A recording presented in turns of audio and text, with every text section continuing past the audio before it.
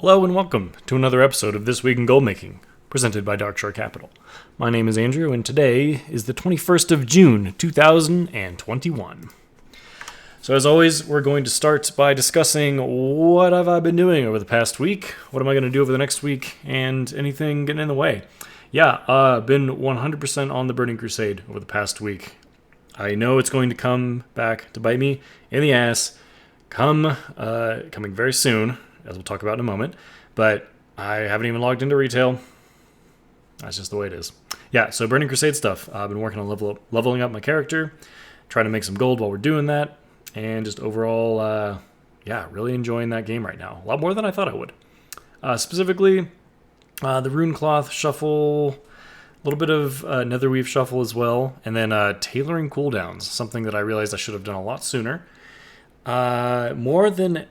Much more so than it is in retail. Anything that's time gated in a profession is incredibly valuable, and if you're not doing it, you're just missing out on so much free gold. So, market update. We'll just talk about the token price briefly.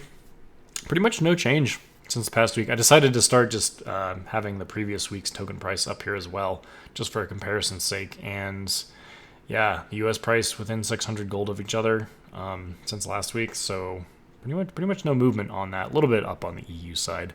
US currently at 189,000 and EU currently at 285,000. ATVI ended trading last week at $91, so actually down a little bit since last week. They've, probably nothing really to read into there, but just interesting to keep an eye on those prices. One other thing that I will mention during the market updates regarding Classic TBC, something I've noticed regarding cloth prices, since that's just something that I'm a little bit tuned into at the moment. So both Rune Cloth and Netherweave Cloth are pretty low at the moment relative to other cloths. Netherweave somewhere in the 15 to 20 silver range, Rune Cloth somewhere in the 5 to 6 silver range per. And then, interestingly enough, something I noticed the other day, Mageweave Cloth is actually more valuable than both of those. So if you're looking to actually make some money farming cloth, maybe look into some Mageweave farms. As a mage, I know that the Zul'Farrak kind of zombie farm is a great way to get Mageweave. You could also just go, find somewhere in the open world to just kill humanoids for Mageweave. Somewhere like the fur blogs in Lower Fellwood might be good. Or, I'm just spitballing off the top of my head here. Humanoids in Tanaris, potentially, as well. Interestingly enough, Mageweave more expensive than Runecloth and Netherweave. I suspect that the reason for that is that everyone and their mother is currently in Outland leveling and just doing Outland stuff, and big surprise, Netherweave and Runecloth both drop in Outland, so naturally there's a much bigger supply. Normally, if everyone's out in Outland doing Outland stuff, you would think that the supply for Mageweave would be enough to support whatever measly needs there are, but it turns out the way professions work in vanilla, you actually need all the stuff from the previous times in order to get up to current times. So if you're leveling tailoring, you're going to need a lot of Mageweave. If you're leveling first aid, you're going to need a lot of Mageweave. And there's an influx of new players, both leveling fresh characters and also boosted characters. If you boosted your character, you never acquired any Mageweave while you were leveling up, so you just have to buy it, unless you want to go farm it, of course. So there's still plenty of demand, and the supply is relatively low. So if you're looking to make some money, look into those 40 to 50 range profession materials. We're getting a bit off on a tangent here. We'll talk a little bit more about the Burning Crusade in just a moment. Okay, so news. Obviously the biggest piece of news, 9.1 in retail has been announced for June 29th. That's also when the Mythic Plus season is going to end. So if you haven't had the chance to get your Keystone Master achievement yet, best get working on that ASAP, or best get shelling out some gold for some boosts for that. That's all I have to say on that. Again, I haven't been playing much retail, so I don't have a whole lot to say about it. The Mega Dungeon that's being released in 9.1 has been determined that there's going to be a hard mode. Just think that's kind of tangentially relevant for gold making stuff. I think they also mentioned that the item level on the hard modes, either the hard modes or I believe it is for the hard modes, for the Mega Dungeon are going to be 233, which I believe is competitive with probably, I would imagine, heroic raid gear for the next tier. So that's also something important to keep in mind. And then lastly, I did see that they are releasing a hotfix for the Burning Crusade auction house, make it more responsive. I mean, we'll see.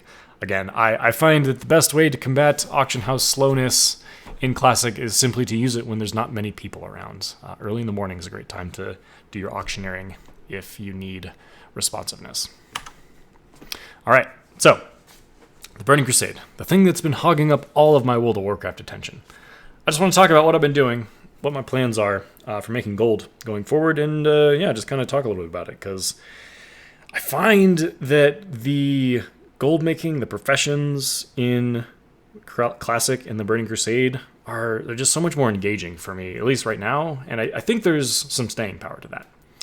So we'll just get into the plans first and maybe talk a little bit about why things are good as we go along. So my mage is my main character for Burning Crusade. I'm a tailor and enchanter, which, of course, as a mage, that makes all the sense in the world. So the way to make gold with tailoring in the Burning Crusade, once you're high level, max level, is to make sure you're doing your cooldowns. All tailors get access to Spellcloth, Shadowcloth, and Primal Mooncloth cooldowns. They're on a 4-day cooldown, which is interesting. And you just have to acquire some imbued netherweave and the various primals, go to specific locations to do it, and it's just free money. Well, it's not free. You got to pay for it, obviously, to buy the materials, but there's a lot of demand for these various cloths right now because everyone's trying to craft their pre-raid best in slot. And there is profit to be made because of that time component. As a tailor in Burning Crusade, you have the option to pick a specialization between those three. The Primal Mooncloth is sort of the healer one, the Shadow Weave is frost and shadow damage, and then Spellfire is fire and arcane damage. As a mage, I've chosen Spellfire because, well, apparently fire is the good thing to go. And also, more importantly, Spellcloth has the highest profit margin. Now, the reason this is important is because when you choose a tailoring specialization, when you craft the associated cloth, you get double. You get to craft all three of them. You're not restricted from the other two if you choose the specialization one, but the specialization you choose, you get one extra. And big surprise, the Spellweave or the Spellcloth specialization gives you the highest gold because Spellcloth sells for the most. So naturally. And that's just because the BOE crafted tailoring set, the Spellstrike hood and the pants are so good for all of the casters. They're just the best for a long time. So everyone wants it. All right, so cooldowns. Make sure you're doing them, because if you're not, you're leaving money on the table. Even if you're not going to craft the stuff yourself, just do it. Sell it on the auction house. It'll sell quickly. You'll make lots of money. All right, number 2, shuffling. This is where enchanting kind of comes in, because if you find materials for cheap enough, you can craft those materials into green or blue quality items and then use the disenchanting skill to turn them into dust, which then can turn a profit. You can set up Trade Skill Master in such a way that it takes in consideration the destroying value of an item when it calculates the profit for your crafting. I believe it actually is kind of built in there, but if you go into your crafting window and then you go to the materials section, it's the third tab on the right in the TSM crafting window, and then you go to materials under that, you can search up the particular item and it's the crafts that you want to look for, and you can actually edit the actual crafting value of individual items in your TSM crafting window and make sure that the destroying value is involved there. So for example, with the shuffling I've been doing, it's been turning rune cloth into dream dust primarily, and I made sure that my rune cloth belt craft price takes into consideration the destroying value of it, which is, it's like 75% of the time you get, I think, 3 to 5 dream dust, and then the other 2 enchanting materials as well get factored in there. And yeah, for each rune cloth belt, it's somewhere between 30 and 60 silver profit per, when I'm getting rune cloth at around 4 to 6 silver. So yeah, it's just money that you make by shuffling. A lot of people are leveling up enchanting and either don't realize or don't want to go through the trouble of crafting their own stuff to disenchant, or maybe they just don't have access to it.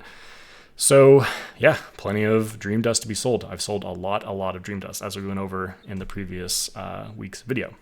So yeah, shuffling, always good. Yeah, and again, if you set up your crafting in your tailoring or your blacksmithing or leatherworking, if you're doing that route, to see when the most efficient items to disenchant are worth crafting for disenchanting, then you can just very quickly open up your crafting window and see, hey, this thing's selling runecloth belts. It says there's a profit. You mouse over it, see, all right, do the math. If my crafting cost is lower than the disenchanting cost, boom, we're good to make it. Let's get to crafting. Let's get to shuffling. So yeah, definitely be doing some of that for Netherweave and Arcane Dust in particular once that becomes a little bit more readily available, which honestly is kind of happening. I've definitely crafted a Netherweave stuff for the purposes of disenchanting and sold those enchanting materials just straight up because as we know, material costs are always highest at the beginning of expansions and they only ever go down over time, historically. All right, then there's actually useful gear. I alluded to that earlier with the tailoring cooldowns. There's best in slot head and pants for tailoring. There's offset bracers that are great. Like there's all sorts of stuff that actually sell because people just will buy the gear off the auction house because it's good. Like this is still sort of a thing in retail, but like it's not quite the same as it is in the Burning Crusade. Like you can actually craft stuff that's like really good. And people want to craft it, and like that's a way to make money. It's so refreshing to have that as an option in the game. And I think that utilizing Trade Skill Master to see like what things are selling, and now that we have sell rates for Classic as well, to see like what the sell rates are, man, it's just so great to have such a great tool to be able to see what's selling and how to make money using it. And then lastly, a nice little segue into this is vanilla transmog. I know this is kind of a joke because there is no transmog in vanilla, but there are certain items that are more cosmetic in nature, at least for tailoring specifically, that sell for a lot of money. For example, the dress shoes pattern for tailoring. They're literally just some mage weave and some thick leather, and according to Trade Skill Master, they're selling for 50 gold, which is ridiculous. But you know, of course, people's bank tunes, right? Like they want to look nice because, I mean, why not? You got to pimp out your bank tune, right? So naturally, dress shoes are the thing to get because that's about the only thing you can equip in the shoe slot on your bank tune. And, you know, you don't want your bank tune running around on the dirty floors without shoes on. Come on. Like, we're rich goblins here. We gotta be a little bit a step above the rest of the filth that's running around Stormwind or Orgrimmar, depending on where you're posted up. So yeah, there's lots of little stuff like that. There's dresses, and then there's even just like leveling gear. There's certain blues that you can craft with tailoring that like sell for a decent amount. I've crafted a few of these leveling up just as like, hey, it looks like this thing is going to grant me a tailoring skill. And it also says in TSM that it'll sell for a profit. Why not feed two birds with one stone and, feed two birds with one hand and level up and make some money at the same time. Anyway, so there's plenty of opportunities for that as well. Keep your eyes peeled, and just be willing to be flexible about it. There's lots of opportunity to be had. That's why it feels like such a rich experience to do crafting in Classic. I love it. And then enchanting, we're not going to talk too much about because currently the plan is to just disenchant things. I'm not too concerned about getting my enchanting leveled up anytime soon. Because there's no vellums, it's more difficult to make money doing enchants. You kind of have to, there's more of like a social aspect, and you got to be online and available to people. And I'm not opposed to, making money with enchanting. It's not going to be my primary source, and it's more of a support skill for the tailoring. All right. And then lastly, I wanted to talk about inventory management because it is more important in, it's definitely different in Classic because you just have less inventory space and it's kind of more difficult. The stack sizes only go up to 20. There's no 200 stacks. There's a lot of things. The mailbox is such a wonderful tool for keeping your inventory clear in Classic. I don't remember if this was an original thing in the original game, but in the Burning Crusade Classic, if you send mail between your alts, it goes instantly, which means if you set up a bank character and just post it up next to a mailbox, If you're out questing on your main, your bags are full of crap that you want to deal with it at some point, but like right now you're just questing and you just need bag space. You can just send your bank alt a bunch of mail and then open it and return it immediately. And then those items will just sit in the mailbox and be available to you anywhere for 30 days. As long as you clear it out within 30 days, you won't lose the items and they'll just be available for you. It's a fantastic tool that you can use to help keep your bags clear, to keep your sanity, and have access to stuff that you might not need like immediately right now, but like within a trip to the mailbox is nice to have. Things like extra reagents or extra potions, extra mana oils, or crafting stuff that you don't need for the actual killing of quest mobs, but maybe there's some downtime, you're waiting for a group to form, you're in Gadgets and you go over to the mailbox, hey, I'm just going to craft up some bolts while I wait for everyone to get over here. Stuff like this. And then what I try to do with this, just to take it one step further, is kind of to group things into, so like all the cloth, put all the cloth in one mail and send it there and then send it back. That way all the cloth's in one spot, or all the wizard oils are in one piece of mail. That way there's not as much just like shuffling through looking for exactly what you need in the mailbox. Just a little bit of foresight in this can go a long way and just make things a little bit cleaner. All right. That's enough talking about the Burning Crusade for now. No changes on the Bullish and Bearish slide for the moment. As I mentioned a few times, I haven't really been playing retail, so I have nothing really to add on that. Obviously, with 9.1 coming out, that means a lot of stuff. If you haven't stocked up on materials for your Shadowlands legendaries yet, or you haven't started crafting them, you probably want to approach that with a lot of caution because the prices are probably going to go up pretty soon. Let's be real. So, personally, I'm probably going to be looking to unload most of my materials for Shadowlands legendaries soon-ish. Probably actually once the patch drops, that's usually the best time to do it. Yeah, there you go. And then let's do a few questions to round off the episode. So, first question. When would be the right time to start selling all the buff food and flasks? So there's two answers to this. There's the more general answer of Tuesday night is the best time because that's when raid resets, or if you're over in the European continent, Wednesday night, that's when raid resets. And that's when everyone who forgot to get food and flasks for the week goes to the auction house and just buys whatever's available. And that usually means that the price can go up. I've made a lot of money just flipping flasks and food on raid nights. So that's the general answer to that. Then the second answer to that, because of the 9.1 patch looming, is Tuesday nights, right when a new raid comes out. That's also a really great time because that just kind of amplifies the already existing shortage of stuff on raid night because even more people are out trying the new raid. Next question. This pertains to retail. Best way to sell transmogs. This is definitely an interesting topic that's up for debate, and what may work for me may not work for you, or vice versa. But my preferred strategy on selling transmogs is to limit them in a way that makes managing the inventory sane. Now, if you have all the time in the world and you just love sitting in the mailbox, opening mail, and going to the auction house and posting them up, then by all means, just get all the transmogs in the world, set up an operation to just, post them up for whatever the price is, and you can go find people talking about trade skill master operations for transmog selling all over the place. And do that to your heart's content. But what I want to focus on in answer to this question is quality over quantity. And what I mean by that specifically is kind of picking a threshold. For me, it's one inventory's worth of items. So that's around 140 items. And no more than that. Because more than one trip back and forth from the mailbox to the auction house, or just, clicking on the auction house on your Brutosaur mount, it's just too much time.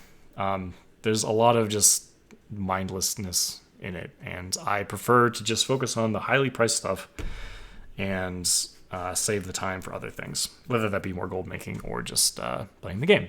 So yeah, to answer that, I would say, for me personally, keep your stock limited to only the valuable things that are actually worth selling.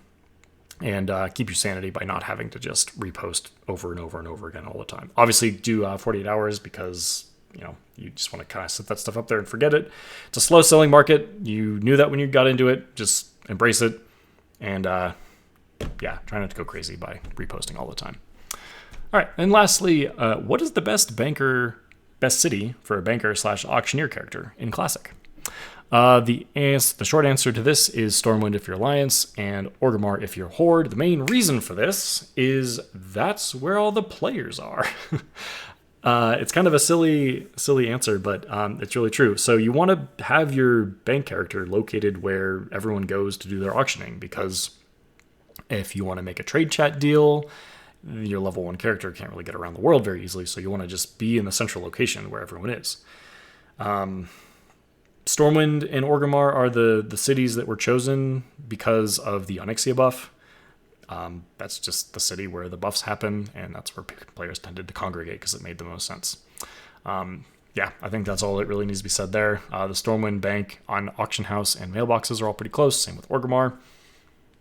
Yep, that's all you need to know. All right, well, there it is. That's the episode. I hope you all have enjoyed it. I certainly know that I've been enjoying playing the Burning Crusade Classic and will continue to do so for quite a while. Yeah, I want to thank everyone for watching. If you have any questions, comments, or concerns, please direct them to the comments section on YouTube, my Twitter, which Twitter handle is @darkshorecap, or you can also direct any inquiries to my email, darkshorecapital@gmail.com. Thank you all so much for watching. We'll see you again next week. Have a wonderful, wonderful week of gold making.